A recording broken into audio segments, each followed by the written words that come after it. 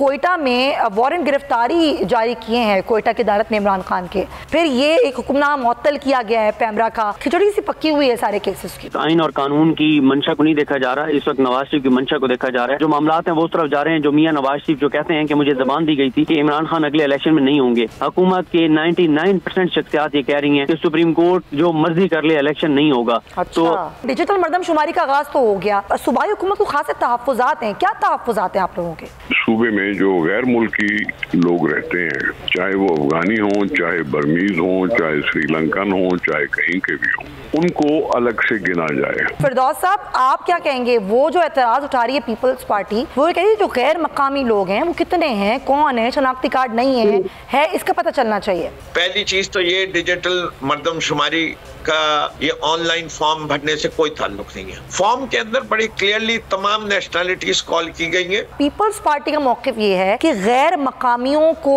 सही तरीके से गिना जाए। MQM के इस पर क्या तहफ़्फ़ुज़ात? कराची का हमारा आपसे झगड़ा तो हम कौन सा कहने के महाजिरों को गिने और अल्लाह ना करे बाकी जबान बोलने वालों को ना गिने, हमने तो ये नहीं कहा। हमने कहा भाई उनको भी गिने, क्योंकि उन सब की गिनती होगी तो इस शहर में कोई मजबूती और इस्तेहकाम होगा, इस शहर की सही नुमाइंदगी होगी।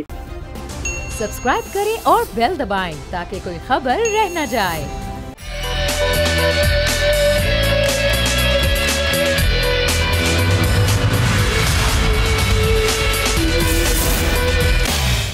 बिस्मिल्लाहिर्रहमानिर्रहीम, अस्सलाम वालेकुम। प्रोग्राम में मैं सुमैया रिजवान आपको खुश आमदीद कहती हूँ। नाज़रीन, अगर मुल्की सियासत की मौजूदा सूरत हाल का निचोड़ निकालें तो वो कुछ इस तरह से है कि इस्लामाबाद की मकामी अदालत ने खातून जज से मुतालिक बयान देने के केस में इमरान खान की हाज़िरी की मुआफ़ी की दरख्वास्त मंजूर की है और समाअत 13 मार्च तक के लिए मुलतवी कर दी है। तोशाखाना की बात करें तो तोशाखाना केस में इमरान खान की नाअहली केस और तमाम मुतफारिक दरख्वास्तें 13 मार्च को मुकर्रर करने का हुक्म दिया। इसके साथ साथ एक बड़ा फैसला आ जाया और वो आया लाहौर हाई कोर्ट का, जिसमें जो पैमरा का हुक्मनामा था इमरान खान की तकरीर नशर करने के हवाले से, वो हुक्मनामा जो था पाबंदी का, उसको मुअत्तल किया और पैमरा को नोटिस जारी करते हुए जवाब भी तलब किया। अब अदालती मामलात से हटकर अगर बात की जाए पंजाब की सियासत की, तो फिर इलेक्शन कमीशन की जानिब से पंजाब में आम इंतखाबात जो हैं वो 30 अप्रैल को होने हैं। शेड्यूल भी जारी है। लाहौर में जलसे जुलूसों और रैलियों पर 7 रोज़ के लिए जो आयद की जाने वाली पाबंदी थी, उस पर पंजाब हुकूमत ने यू टर्न लिया और अपने ऑर्डर्स वापस ले लिया और कहा कि सिर्फ एक दिन का ऑर्डर था। कल आपने देखा कि कल क्या कुछ हुआ। कल लाहौर में जिस तरीके से वाटर कैनन का इस्तेमाल हुआ, खवातीन पर केमिकल मिला, पानी फेंका गया, बिलाल जो कि कारकुन था उसको शहीद किया गया PTI के, और सारे हुकूमती हथकंडे थे वो ये थे कि जो हुक्म था वो ये था पैमरा का कि कुछ भी मीडिया नशर नहीं कर सकता, और हुकूमत की जानिब से ये कहा जा रहा है कि सब कुछ अच्छा हो जाएगा। बार बार आवाम को अच्छा होने के दावे तसल्ली जो हैं वो दिए जा रहे हैं, और वज़ीर ख़ज़ाना इसहाक़ डार जो हैं वो भी मिसाक़ मईशत की दावत भी दे रहे हैं। अब इमरान खान आज खिताब भी करने जा रहे हैं और उन्होंने जो सीनियर सहाफ़ी हैं उनसे मुलाकात भी की और ये कहा है कि वो एक बार फिर से जो कैंपेन है उसका आगाज़ कर रहे हैं। इसी पर हम बात करेंगे, इन तमाम तर केसेस पर भी और आगे के PTI की हिकमत अमली पर भी। ब्यूरो चीफ सिद्दीक जाना में ज्वाइन करें। सिद्दीक, क्योंकि आप बेहतर समझते हैं सारे केसेस, अब इतने केसेस हैं कि आज जब मैं इन केसेस की बात कर रही हूँ तो कोयटा में वारंट गिरफ्तारी जारी किए हैं कोयटा की अदालत ने इमरान खान के, और वो भी एक सूरत हाल है। फिर ये एक हुक्मनामा मुअत्तल किया गया है पैमरा का लाहौर हाई कोर्ट ने, फिर तोशाखाना केस है, फिर ममनुआ फंडिंग का केस है। क्या बताएंगे, क्या एक खिचड़ी सी पक्की हुई है सारे केसेस की? लेकिन खिचड़ी जरूर पकी हुई है, लेकिन इसका जो अल्टीमेट जो इसका नतीजा निकलना है वो बिल्कुल नजर आ रहा है, क्योंकि इस वक्त आइन और कानून की मंशा को नहीं देखा जा रहा है, इस वक्त नवाज शरीफ की मंशा को देखा जा रहा है, इस वक्त मुल्की मफाद को नहीं देखा जा रहा है, इस वक्त नवाज शरीफ के मफाद को देखा जा रहा है। इस वक्त जो है वो हमारे ये जो हुकूमत में बैठे हुए लोग हैं जिन्होंने हलफ उठाया हुआ है मुल्क के साथ वफादारी का, वो अपने हलफ के मुताबिक मुल्क से वफादारी की बजाय एक ख़ानदान से और एक शख्सियत से वफादारी का हक जो है वो अदा कर रहे हैं। और इस वक्त जो मामलात हैं वो उस तरफ जा रहे हैं जो मियां नवाज शरीफ जो कहते हैं कि मुझे जबान दी गई थी कि इमरान खान अगले इलेक्शन में नहीं होंगे। तो अब क्योंकि इलेक्शन का शेड्यूल आ गया है और 30 अप्रैल को इलेक्शन होने हैं, एक तरफ तो कोशिश की जा रही है कि इस इलेक्शन को मुलतवी कराया जाए, जो भी बहाना बनाया जाए, सिक्योरिटी का बहाना बनाया जाए, फंड्स का बहाना बनाया जाए, कुछ भी किया जाए, क्योंकि इस वक्त तक जब मैं आपसे बात कर रहा हूँ हुकूमत के 99% शख्सियात ये कह रही हैं कि सुप्रीम कोर्ट जो मर्जी कर ले इलेक्शन नहीं होगा। अच्छा। तो अब ये नहीं समझ आ रही कि सुप्रीम कोर्ट के साथ ये क्या करेंगे, दोबारा उसके ऊपर हमला करेंगे, क्या करेंगे, क्योंकि वो कहते हैं कि सुप्रीम कोर्ट क्या करेगी, सुप्रीम कोर्ट कुछ भी नहीं कर सकती हमारा। तो ये तो मुल्क में अनारकी चाह रहे हैं, फसाद चाह रहे हैं, क्योस चाह रहे हैं, खाना जंगी चाह रहे हैं। देखिए मामलात जा रहे हैं जिस तरफ मियां नवाज शरीफ चाहते हैं। मियां नवाज शरीफ की ये जिद है, उनकी बेटी की ये जिद है कि इमरान खान को डिस्क्वालीफाई किया जाए, तो मामलात बिल्कुल उस तरफ जा रहे हैं। और इस वक्त नून लीग ये कह रही है कि हमें जो दोबारा कमिटमेंट दी गई है वो ये दी गई है कि 15 अप्रैल से पहले इमरान खान जो है वो डिस्क्वालीफाई हो जाएंगे। अब देखें कि अगर तो सब अपने अपने हलफ के साथ चलते हैं कि पाकिस्तान के साथ वफादार रहेंगे तो फिर तो ठीक है, और अगर वफादारी शरीफ खानदान के साथ और नवाज शरीफ के साथ करनी है तो इसके सामने आ जाएगी। ख्वाहिशात की तकमील का इम्पैक्ट आएगा और आ भी रहा है, वो तो बहुत ही खराब होगा। वो कैसे सहेगी हुकूमत? देखें आप, ये तो आप कह रही हैं ना, ये तो आवाम कह रही है। मुझे बताएं, आप जो जितने इस वक्त अहम ओहदों पे लोग बैठे हुए हैं, आप वफाकी काबीना की बात कर लें, चलें आप इनके मिनिस्टर्स की बात कर लें, मुझे बताएं उनको क्या फर्क पड़ता है कि इस वक्त महंगाई कितनी हो गई है, बेरोजगारी कितनी बढ़ गई है, मायूसी कितनी बढ़ गई है, पाकिस्तान की सलामती दो पे लग गई है, पाकिस्तान के इस वक्त अखबारों में खबरें छप रही हैं कि न्यूक्लियर एसेट्स जो हैं वो खतरे में हैं, उनके ऊपर बात हो रही है, ये अखबारों में खबरें छप रही हैं। लेकिन मुझे बताएं उन लोगों को क्या फर्क पड़ता है जिनके मफादात बाहर हैं, जिनकी औलादें बाहर हैं, जिनकी जायदादें बाहर हैं, जिनका पैसा बाहर है, जिनका इलाज बाहर है, जिनके बच्चों की शादियां बाहर हैं, उनको क्या फर्क पड़ता है? ये तो टिकट कटवाएंगे, बाहर चले जाएंगे। मसला तो उनका है जिन्होंने इस मुल्क के अंदर रहना है, इनको तो कोई फर्क नहीं पड़ता। लेकिन आपने और मैंने तो इसी मुल्क में रहना है ना सिद्दीक जान। देखें हमने रहना है, लेकिन हम मैटर नहीं करते ना। आप और हम और 22-23 लोग मैटर नहीं करते। इस वक्त मैटर करते हैं वो लोग जो मुख्तलिफ ओहदों पर बैठे हुए हैं, फैसले उन्होंने करने हैं। और उनका मसला ये नहीं है कि आटा नहीं मिल रहा, क्योंकि आटा तो गरीब को नहीं मिल रहा, लाइन में गरीब लगा हुआ है, जाने गरीबों की जा रहे हैं। उनके तो आवाम के टैक्स के पैसों से उनके घरों में आटा भी पूरा है, बिजली भी मुफ्त है, सारा कुछ है, उनको तो कोई मसला नहीं है। मसला ये है कि अगर वो इस चीज से गुजर रहे होते तो उनको एहसास होता है, लेकिन इस वक्त किसी को एहसास नहीं है। इस वक्त एक ही चीज देखी जा रही है और वो है मियां नवाज शरीफ की मंशा, मियां नवाज शरीफ की रजा। उस रजा को हासिल करने के लिए मुल्क की ख्वाहिशात की तकमील, बिल्कुल आप सही कह रहे हैं, वो ख्वाहिशात की तकमील, मुल्क का बेड़ा गर्क हो रहा है, आवाम का बेड़ा गर्क हो रहा है, किसी को इसकी परवाह नहीं है। बहुत शुक्रिया सिद्दीक जान हमारे साथ मौजूद। एक सूरत हाल है जो कि बड़ी गंभीर है, आवाम महंगाई से निमट रही है, दूसरी इलेक्शंस भी होने हैं। लेकिन मैं आपको यहाँ पर एक सूरत हाल बताती हूँ नाज़रीन, वो ये कि क़याम पाकिस्तान से लेकर अब तक अगर हम देखें, यानी कि सन 1951, 1961, 1972, 1981, 98 और 2017 मरदमशुमारी हो चुकी है। लेकिन 1998 से उसके नताइज मुतनाज़ रहे हैं, 2017 की मरदमशुमारी के नताइज भी मुतनाज़ थे। इसीलिए 10 साल के वक्फे से नहीं बल्कि 6 साल बाद पाकिस्तान में दोबारा मरदमशुमारी का आगाज़ किया गया। लेकिन इस बार ख़ास बात यह थी कि पाकिस्तान में पहली बार डिजिटल मरदमशुमारी शुरू हुई। लेकिन ये पहली डिजिटल मरदमशुमारी भी अभी से मुतनाज़ बन गई है, क्योंकि सियासी पार्टियों की जानिब से डिजिटल मरदमशुमारी पर तहफ़्फ़ुज़ात का इजहार किया गया है। जबकि सिंध असम्बली की अगर सूरत हाल हम बताएं आपको कि डिजिटल मरदमशुमारी पर तहफ़्फ़ुज़ात के हवाले से वज़ीर आबपाशी जाम खान चोरों की पेश करदा करारदाद भी मंजूर की गई। अब तक सियासी और दीगर शख्सियात की जानिब से उठाए गए एतराज़ात कुछ यूँ हैं कि डिजिटल मरदमशुमारी के हवाले से इनको जो डाटा है उस तक की रसाई नहीं दी जा रही, डैशबोर्ड भी काम नहीं कर रहा, जिसकी वजह से शुकूक व शुबहात पैदा हो रही हैं। जो घर सैलाब में बह गए थे उनको शुमार करने का कोई मेकानिज़म नहीं बनाया गया, नक्शे में नकाइस हैं, मरदमशुमारी के फॉर्म में गैर कानूनी तारिकीन वतन का अलग खाना नहीं दिया गया, लोगों की एक बहुत बड़ी तादाद तालीम याफ्ता ही नहीं है, दही सिंध हो या फिर शहरी, लोगों की अक्सरियत के पास स्मार्टफोन नहीं है कि वो अपना इंदराज खुद कर सकें, लोड शेडिंग बहुत ज़्यादा है, टैबलेट हर जगह काम नहीं करेगा। वफाक की जानिब से इन तहफ़्फ़ुज़ात को दूर करने की यकीन दहानी तो करा दी गई है नाज़रीन, लेकिन यहाँ पर सियासी शख्सियात के साथ साथ मरदमशुमारी पर मामूर अमले को भी शिकायत हैं। उनके मुताबिक गुंजान आबादी छोटी गलियों में GPS भी मसला करता है। इसके अलावा अमले से कहा गया था कि 4 से 5 सिमें उन्हें दी जाएंगी, जहां जो नेटवर्क काम करेगा उसको इस्तेमाल किया जाएगा, लेकिन उन्हें सिर्फ 1 सिम फराहम की गई और उसका नेटवर्क भी काम नहीं कर रहा। डिजिटल मरदमशुमारी का भी सिर्फ 1 मरहला मुकम्मल हुआ है, लेकिन ये अभी से तनाज़ात का शिकार हो रही है। और एक बार फिर से ये सवाल उठ रहा है कि माजी में की गई मरदमशुमारी की तरह कि ये मरदमशुमारी भी मुतनाज़ हो जाएगी। और इस सारे एक्सरसाइज से जो हुकूमती फ़ंड्स का एक बहुत बड़ा हिस्सा है, उम्मीद है कि वफाक सियासी शख्सियात स्टेक होल्डर्स के तहफ़्फ़ुज़ात को दूर करेगा और तनाज़ात से पाक शफ़ाफ नताइज को बरामद। इसी पर हम बात करेंगे। हमें ज्वाइन करें निसार खोसा पाकिस्तान पीपल्स पार्टी से, पाकिस्तान तहरीक इंसाफ से फिरदौस शमीम नकवी साहब हमें ज्वाइन करें। आप दोनों हज़रात का बहुत शुक्रिया। फिरदौस साहब, ज़ाहिर तहफ़्फ़ुज़ात तो तमाम पार्टीज़ को हैं, असम्बली में इस पर आवाज़ भी बुलंद की गई, मरदमशुमारी नहीं होना, सही लोगों गिना ना जाना, इस पर तमाम पार्टीज़ का मौक़िफ़ था। लेकिन अब ये डिजिटल मर्दमशुमारी जो हो रही है, इस पर तहरीक इंसाफ का मौक़िफ़ क्या है? बिस्मिल्लाहिर्रहमानिर्रहीम।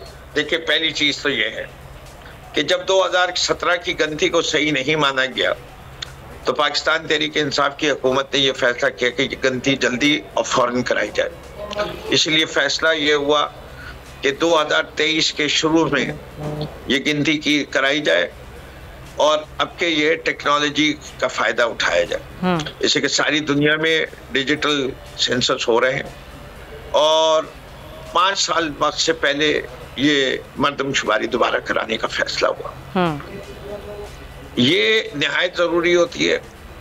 सेंसस की डिटर्मिनेशन जो है पाकिस्तान के अंदर सबसे प्रॉपर प्लानिंग टूल है और ये हर 10 साल के बाद होता है। बिल्कुल।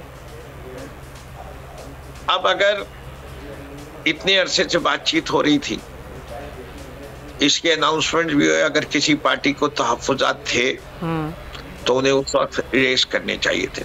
जैसे सैलाब का मसला ले लेते, सैलाब पिछले जुलाई में आया था और खुद चीफ मिनिस्टर साहब ने फ्लोर ऑफ द हाउस में आज से तकरीबन 1.5 माह पहले मुराद अली शाह का स्टेटमेंट है कि हमने जितने लोग थे सबको वापस उनके मकामात पे पहुंचा दिया गया है और सिर्फ 10% जमीनें ऐसी हैं जो ज़ेरे आब है। अब अगर या तो वो उस वक्त गलत कह रहे थे या अब गलत कह रहे हैं, तो पहले वो सही कर लीजिए। अलबत्ता अगर लोग वापस अपने घर नहीं आए जी तो मेरे ख्याल से इस सेंसस के पीरियड को बढ़ाना चाहिए। सही है। सेंसस पे कोई कंट्रोवर्सी नहीं रहनी चाहिए, इसलिए कोई सस्ती एक्सरसाइज नहीं होती। ऐसा ही है। ये एक बहुत महंगी और टाइम कंज्यूमिंग एक्सरसाइज है। इसके इसीलिए पायलट प्रोजेक्ट्स कराए गए थे कि टेक्नोलॉजी को चेक कर लिया जाए। बिल्कुल, टेक्नोलॉजी का इस्तेमाल हो रहा है, आप सही कह रहे हैं। ये कंट्रोवर्सी से पाक होना चाहिए, थोड़ा टाइम ले लें ताकि सब जो जमाते हैं उनकी तहफ़्फ़ुज़ात दूर हो जाएं। सर, पीपल्स पार्टी का मौक़िफ़ भी लेते हैं। जो इतराज़ थे पहले तो ये इतराज़ात सेंसस शुरू होने से पहले आने बिल्कुल आने चाहिए था। आप सही कह रहे हैं। जरा मैं पीपल्स पार्टी का मौक़िफ़ ले लूं सर। शुरू होने के बाद ये नहीं आने चाहिए। सेंसस शुरू होने के बाद आते हैं तो इसके अंदर बदनीयती है। ठीक है कि अभी से इस सेंसस को कंट्रोवर्शियल करो। कंट्रोवर्शियल करके क्या फायदा होता है कि वो अपनी मनमानी कर सके। बिल्कुल ऐसा ही है sir. Point taken sir, point taken. थोड़ा वक्त की कमी में चाह रही हूँ सबको मौका दूं, तमाम जमातें मेरे साथ हैं। निसार खोड़ो साहब, अब ये डिजिटल मर्दमशुमारी का आगाज़ तो हो गया, लेकिन सूबाई हुकूमत को खास तहफ़्फ़ुज़ात हैं। क्या तहफ़्फ़ुज़ात हैं आप लोगों के? हमारा मर्दमशुमारी पर अगर आसानी से समझ जाने वाली बात है तो वो ये है कि हमारे सूबे में जो गैर मुल्की लोग रहते हैं, चाहे वो अफगानी हों, चाहे बर्मीज हों, चाहे श्रीलंकन हों, चाहे कहीं के भी हों, ठीक है, उनको अलग से गिना जाए। हमें पता चलना चाहिए कि हमारे यहाँ कितने गैर मुल्की यहाँ रहते हैं, ठीक है, और उनके लिए उनका पास शनाख्ती कार्ड तो होगा नहीं। अगर उनके पास उनकी ऊपर शर्त नहीं होगी शनाख्ती कार्ड की तो हमें पहचानने में तकलीफ होगी। हम कैसे समझेंगे कि वो एक्चुअली पाकिस्तानी है या नहीं है अगर उनके पास पाकिस्तानी शनाख्ती कार्ड भी नहीं है और ये शर्त भी हटा दी है, तो फिर पता कैसे चलेगा कि ये गैर मुल्की कितने हैं? सही। मेन इशू तो एक ये है। सही। दूसरा, हमें पता है कि शनाख्ती कार्ड अभी बहुत से लोगों के पास नहीं भी होंगे। डिजिटल के तौर पर हमें एतराज ये है कि डिजिटल से बहुत सी तकालीफ हो रही हैं। कभी कह रहे हैं कि टैबलेट में वो ऐप अच्छी तरह से लोड नहीं हो रहा। अच्छा। और कहीं कहीं मसले पैदा हो रहे हैं डिजिटल करने से। वैसे भी लोग घरों पे तो जाएंगे ही जाएंगे मर्दमशुमारी वाले, तो डिजिटल में अपने आप को एनरोल कराने वाली बात बहुत कम लोगों ने इस्तेमाल की है। मुझे नहीं मालूम वो हकीकत भी है या नहीं है कि डिजिटली आप अपने आप को एनरोल करा सकते हैं। ठीक है, बुरी बात नहीं है जी, लेकिन अगर शनाख्ती कार्ड नहीं है तो फिर ये गैर मुल्की लोगों का हमें मसला रहेगा। हम गिनवाना चाहते हैं एज गैर मुल्की, नॉट एज पाकिस्तानी। ठीक है, क्योंकि हमसे वो सहूलत मांगते हैं, हमसे इंफ्रास्ट्रक्चर की सहूलत मांगते हैं, बिजली, पानी, गैस, रोड, ये सब कुछ हमसे मांगते हैं। हमारे यहाँ गिने भले जाएं, लेकिन कहलाएं वो गैर मुल्की, क्योंकि उनके पास शनाख्ती कार्ड नहीं है। ये मेन, अगर आपको आसानी से समझ में आए तो हमारा मुद्दा ये है। अच्छा खोड़ो साहब, कल सीएम से एक मीटिंग भी हुई थी वफाकी वजीर एहसन इकबाल की, उसमें भी तहफ़्फ़ुज़ात दूर करने के हवाले से क्या कोई बात हुई है? क्या वफाक से कोई बात चल रही है आगे सूबाई हुकूमत की? नहीं, तो इसलिए मुझे उसका पता नहीं है कि आखिर में फैसला क्या हुआ। हाँ। कैसे उसको सीधा किया गया। मैं उस ऑनलाइन मीटिंग में भी नहीं था और मैं रूबरू भी नहीं था। हमारा जो एतराज़ है वो यही है। सही है, सही है, बिल्कुल सही है जी। फिरदौस साहब, आप क्या कहेंगे? वो जो एतराज़ उठा रही है पीपल्स पार्टी, वो कह रही है जो गैर मकामी लोग हैं वो कितने हैं, कौन है, शनाख्ती कार्ड नहीं है इसका पता चलना चाहिए। जी देखिए, ये एतराज़ बराए एतराज़ है। अगर इन लोगों ने फॉर्म देखा हो, हाँ। और आपको भी मैं दावत देता हूँ और आपके नाजरीन को भी देता हूँ। हाँ। पहली चीज तो ये डिजिटल मर्दमशुमारी का ये ऑनलाइन फॉर्म भरने से कोई ताल्लुक नहीं है। सही है, वो सिर्फ एक सहूलत है। डिजिटल मर्दमशुमारी का मतलब ये है कि वो जो इन्यूमरेटर है जो मकान पे जा रहा है, उसकी जीपीएस पोजीशन जो है वो सबको पता होगी, कि वो ये नहीं हो कि किसी घर में बैठ के इंफॉर्मेशन और डाटा डाल दे। वो जीपीएस से वो इन्यूमरेटर की पोजीशन पता चलेगी और जो कुछ वो भर रहा है वो जीआईएस पे रिकॉर्ड हो रहा है, यानी ग्लोबल सर्वे पे। ये है डिजिटल का मेन मकसद, कि अगर कोई मेरे घर पे खड़ा हुआ है तो सैटेलाइट बता रहा है कि हाँ ये उसी मोहल्ले में और उसी ब्लॉक में खड़ा हुआ है जहां इसकी ड्यूटी है। सही। और वो नक्शा पे आएगा कि ये शख्स ने जो घर मार्क किया वो इधर था, और उसका रिकॉर्ड फौरी तौर पे कंप्यूटर में जा रहा है। कोई उसको जाके 10 फॉर्म और नहीं भरने, फिर फिजिकली रिकंसाइल नहीं करवाने, ये ऑटोमेटिकली थ्रू सॉफ्टवेयर हो रहा है। इसको डिजिटल सर्वे कहते हैं। फॉर्म के अंदर बड़ी क्लियरली तमाम नेशनैलिटीज कॉल की गई हैं, और ये सवाल भी पूछा गया कि आपके पास एनआईसी है या नहीं है। और लेकिन वो तो कह रहे हैं ना खाना ही नहीं है गैर मकामी लोगों का। ठीक है, चले sir, thank you so much for your time. गलत कह रहे हैं ना? अच्छा, गलत कह रहे हैं। मैं कह रहा हूँ वो गलत कह रहे हैं। उसके अंदर बिहारी, बर्मी, ईरानी, चाइनीज, सारी नेशनैलिटीज लिखी हुई है जो पाकिस्तान। चले सर, फिर आपको दोबारा दावत देंगे इस पर बहस करने के लिए, इस पर बात करने के लिए। नाज़रीन को हक़ाइक़ का पता चलना चाहिए। थैंक यू सो मच फिरदौस शमीम नकवी साहब, आपके वक्त। प्रोग्राम में एक ब्रेक लेते हैं, वापस आते हैं।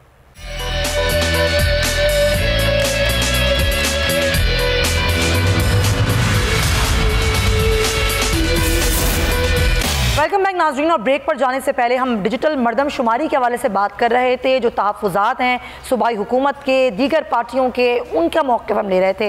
निसार खोड़ो साहब मेरे साथ मौजूद हैं। निसार खोड़ो साहब, पीपल्स पार्टी की जानिब से कुछ दिनों पहले बिलावल साहब की जानिब से वफाक को छोड़ने का, हुकूमत छोड़ने का एक इंदिया दिया गया था, कि कहा गया था कि शायद वफाक से पीपल्स पार्टी अलग हो जाएगी। क्या ये वजूहात थी या दीगर और भी वजूहात थी? नौबत क्यों आई थी बयान देने की?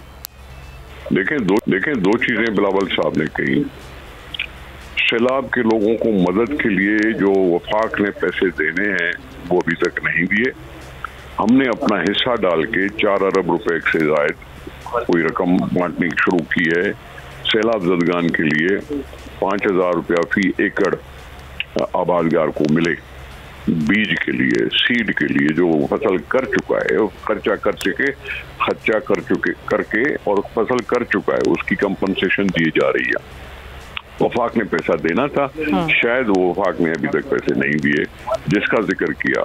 फिर मर्दमशुमारी में हमारे तहफ़्फ़ुज़ात को अगर कंसीडर नहीं किया जाएगा तो फिर ये हमारी बात दिल को लगेगी कि हमने पिछली मर्दमशुमारी पर भी एतराज किया था कि पिछली मर्दमशुमारी में हमें कम गिना गया था, सिंध को कम गिना गया था। इस लिहाज से हमने एतराज किया था। अभी भी अगर वो एतराज कायम रहते हैं तो फिर हमें फायदा तो न हुआ ना मर्दमशुमारी का। इस वजह से बिलावल साहब ने इशारतन कहा होगा कि जब ये सारे मसले मेरे सामने आएंगे तो मेरे लिए वजारत में रहना क्या मकसूद है, क्या और अगर ये तहफ़्फ़ुज़ात दूर नहीं हो पाते, बात नहीं बन पाती है सेंसस पर भी और दीगर मामलात पर भी, तो फिर पीपल्स पार्टी की आगे की हिकमत अमली क्या होगी वफाक के साथ, हुकूमत के साथ रहने के हवाले से? हिकमत अमली अपने पार्टी के डिमांड पर होती रहेगी, लेकिन आप खुद ही कह रही हैं कि एहसन इकबाल साहब ने वजीर आला साहब के साथ मीटिंग की है। हमारी इस चीज का नोटिस लिया गया, नोटिस लेके और उनकी मीटिंग हुई है वजीर एहसन इकबाल साहब से वजीर आला की, तो जरूर उसमें डिस्कस हुआ होगा ना। हमने भी वैसे रेजोल्यूशन पेश किया था सेनेट में, मैंने किया था, और वो भी एहसन इकबाल साहब की स्टैंडिंग कमेटी को रेफर हुआ है, तो फैसला तो उन्होंने करना है। और ये तो एक मासूमाना सी बात है ना कि बाबा गैर मुल्कियों को कैसे आप गैर मुल्की कहोगे? सही है। अगर आप कोई शनाख्ती कार्ड उनसे नहीं मांग रहे हो तो उनको वो क्यों कहेंगे अपने आप को गैर मुल्की? कहेंगे कि मैं पाकिस्तानी हूँ, जो हमारे लिए मुनासिब बिल्कुल सही है। यानी कि पीपल्स पार्टी का बिल्कुल क्लियर मौक़िफ़ है। निसार खोर साहब, बहुत शुक्रिया आपके वक्त का। सत्तार साहब मुझे ज्वाइन कर रहे हैं, पाकिस्तान MQM पाकिस्तान के रहनुमा हैं। फारूक साहब, बहुत शुक्रिया। पीपल्स पार्टी का मौक़िफ़ ये है कि गैर मकामियों को सही तरीके से गिना जाए, उनका कोई खाना नहीं है उसमें। फिर सैलाब जो मुतासरीन हैं उनके हवाले से भी सही उनको गिना नहीं जा सकता प्रॉपरली, तो इसीलिए तहफ़्फ़ुज़ात हैं सूबाई हुकूमत के डिजिटल मरदमशुमारी पर। MQM के इस पर क्या तहफ़्फ़ुज़ात? MQM ने तो इनसे ज़्यादा वाज़े मौक़िफ़ इख्तियार किया है कि जो इंसान वजूद रखता है, जो पाकिस्तान में रहता है, मकामी हो गैर मकामी हो, हर चीज़ के जो है वो इख्तलाफ से बाला तर होके, मतलब हम तो कहते हैं कि भाई कराची का हमारा आपसे झगड़ा तो हम कौन सा कहने कि भाई महाजिरों को गिने और अल्लाह ना करे बाकी ज़बान बोलने वालों को ना गिने। हमने तो ये नहीं कहा, हमने कहा भाई उनको भी गिने, क्योंकि उन सब की गिनती होगी तो इस शहर में कोई मजबूती और इस्तेहकाम होगा, इस शहर की सही नुमाइंदगी होगी, इस शहर को सही वसाइल मिलेंगे। वफाकी सूबाई हुकूमत की तरफ से आधी आबादी उड़ा दी जाती है, चाहे वो गैर मकामियों की हो गैर मुल्कियों की हो। हम तो कहते हैं गैर मुल्कियों को भी गिने, अफगानियों को गिने, वियतनामियों को गिने, बर्मियों को गिने, बंगालियों को गिने, जो चारों की चारों जो बैनुल अक़वामी कौमियतें हैं, जो पाकिस्तानी नहीं है, उनको भी गिने, एलियन कहें कुछ भी कहें, लेकिन उन सबको गिन के इस शहर की सही आबादी जाहिर करके उसके मुताबिक इसके इंफ्रास्ट्रक्चर को बनाने, इसमें पानी निकासी, आब, इसमें सड़कें और मास ट्रांजिट या सर्कुलर ट्रेन और सैनिटेशन का जदीद निज़ाम, जो कचरा, ये सारी चीज़ें होंगी तो ये शहर इस मुल्क को कहाँ से कहाँ ले जाएगा। लोगों को इस शहर के पोटेंशियल का, इसकी सलाहियत का, इसकी इस्तेदाद का पता ही नहीं है। यही तो असल अलमिया है ना फारूक साहब। लेकिन देखिए, आप लोग अहम इत्तेहादी हैं ना, जिस तरह पीपल्स पार्टी इत्तेहादी हुकूमत की, उन्होंने इंदिया दिया कि अगर हमारे तहफ़्फ़ुज़ात दूर नहीं होते तो फिर शायद हम ना रहे हिस्सा हुकूमत का। MQM का क्या मौक़िफ़ है इस पर?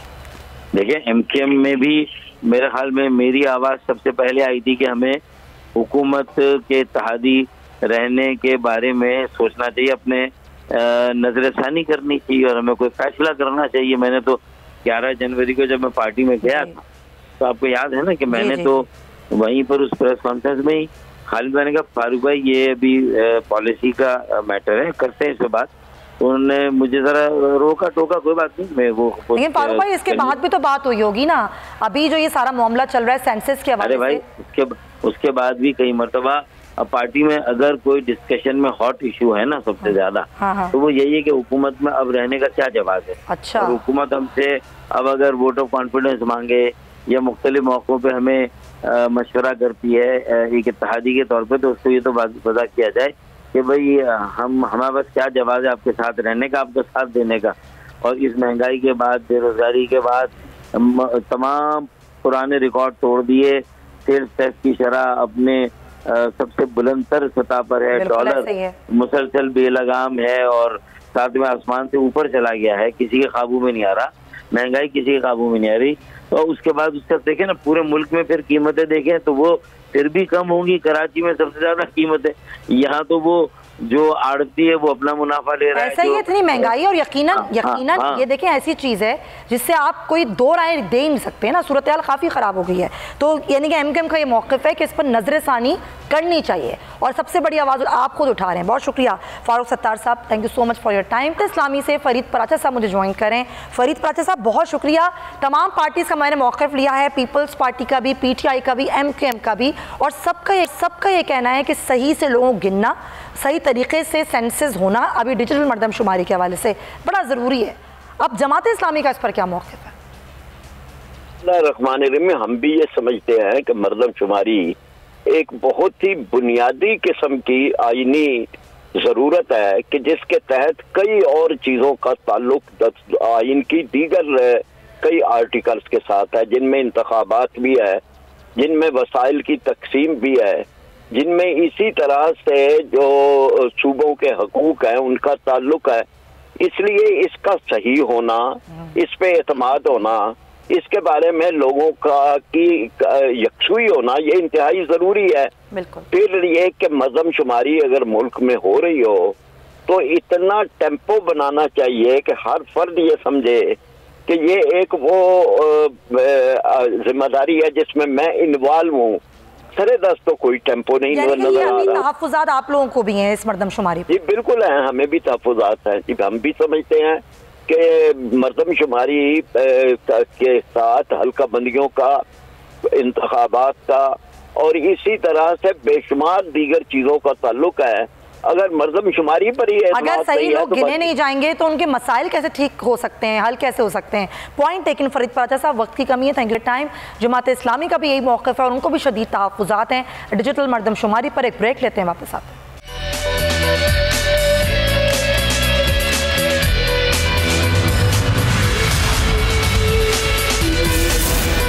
वेलकम बैक नाज़रीन। प्रोग्राम के आखिर में कुछ मईशत की बात करें तो वज़ीर ख़जाना इसहाक़ डार अपना राग लाते हैं। कहते हैं IMF से मुआहिदा आइंदा 2 रोज़ में होने की उम्मीद है। इमरान खान ने IMF प्रोग्राम से इनराफ़ किया। उनका ये कहना था कि नए बजट में मईशत को इस्तेकाम देना चाहते हैं।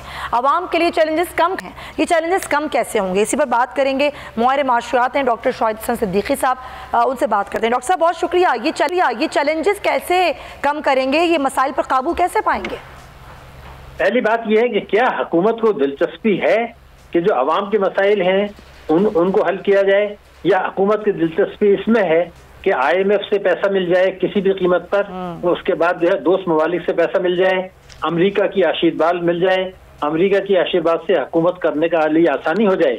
अगर ये तरजीहात हैं जो नजर आ रही हैं तो ये तवक्को करना कि हुकूमत कोई ऐसा फैसला करेगी कि जिससे कि अवाम को फायदा हो, इसका इम्कान नजर नहीं आता। लेकिन अगर मीडिया एक्टिव हो और हुकूमत के ऊपर ये दबाव डाले, अवाम को ये बताए कि ये ज्यादती आपके साथ हो रही है, जो ये IMF की शराइत है। मैंने आपके प्रोग्राम में कई दफे कहा है कि ये IMF की शराइत नहीं है, ये झूठ बोल रहे हैं, ये IMF के खाते में डाल के अवाम को कुचल रहे हैं। उन्हें खतरात कम हो गए डॉक्टर साहब? खतरात बढ़ेंगे, मैं जुमला पूरा कर लूं। ये मैंने इतना ज्यादा दोहराया आपके प्रोग्राम में भी, बाहर भी, कि आपने मिनी बजट जो लेके आए हैं, जो बिजली के नर्ख बढ़ाए, पेट्रोल के नर्ख बढ़ाए हैं, गैस के नर्ख बढ़ाए हैं, आपने जो है वो इंटरेस्ट रेट बढ़ाया है, रुपए की कदर गिराई है, ये IMF की शराइत नहीं है। अब जो है इतना दबाव पड़ा कि कल गवर्नर स्टेट बैंक ने कह दिया कि जी हमने जो शरह सूद बढ़ाया ये तो IMF की शराइत नहीं है। तो ये तो हमें मान लेना चाहिए कि ये IMF की शराइत नहीं है। IMF के नाम पर आवाम को कुचला जा रहा है, इसीलिए हुकूमत में कोई दिलचस्पी नहीं है कि आइंदा भी IMF के प्रोग्राम से जाने से बचें। हम आइंदा भी जाएंगे, नंबर 1 तो बात ये वाज़ेह हो जानी चाहिए, फिर भी जाएंगे और दोबारा शराइत लेंगे। अब इस वक्त जो मसला आ रहा है ये सर, आप हमेशा सही बात करते हैं, बिल्कुल एक ढकी छुपी कोई बात नहीं करते, दो टोक बात करते हैं, और आपने बता दिया है कि ये IMF की कोई शराइत नहीं है, ये हुकूमत की अपनी मर्जी से आवाम को कुचला जा रहा है। Thank you so much doctor साहब, आप इंशाल्लाह आपको दावत देंगे। प्रोग्राम का वक्त खत्म होता है, ख्याल रखिएगा अपना, अल्लाह हाफ़िज़।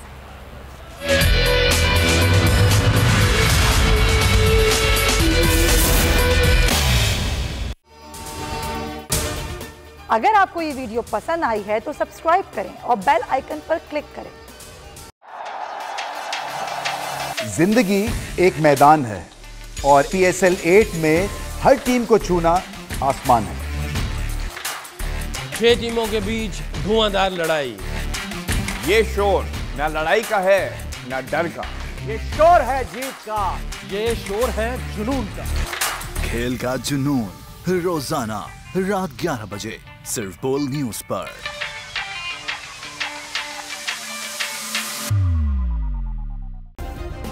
सब्सक्राइब करें और बेल दबाएं ताकि कोई खबर रह न जाए।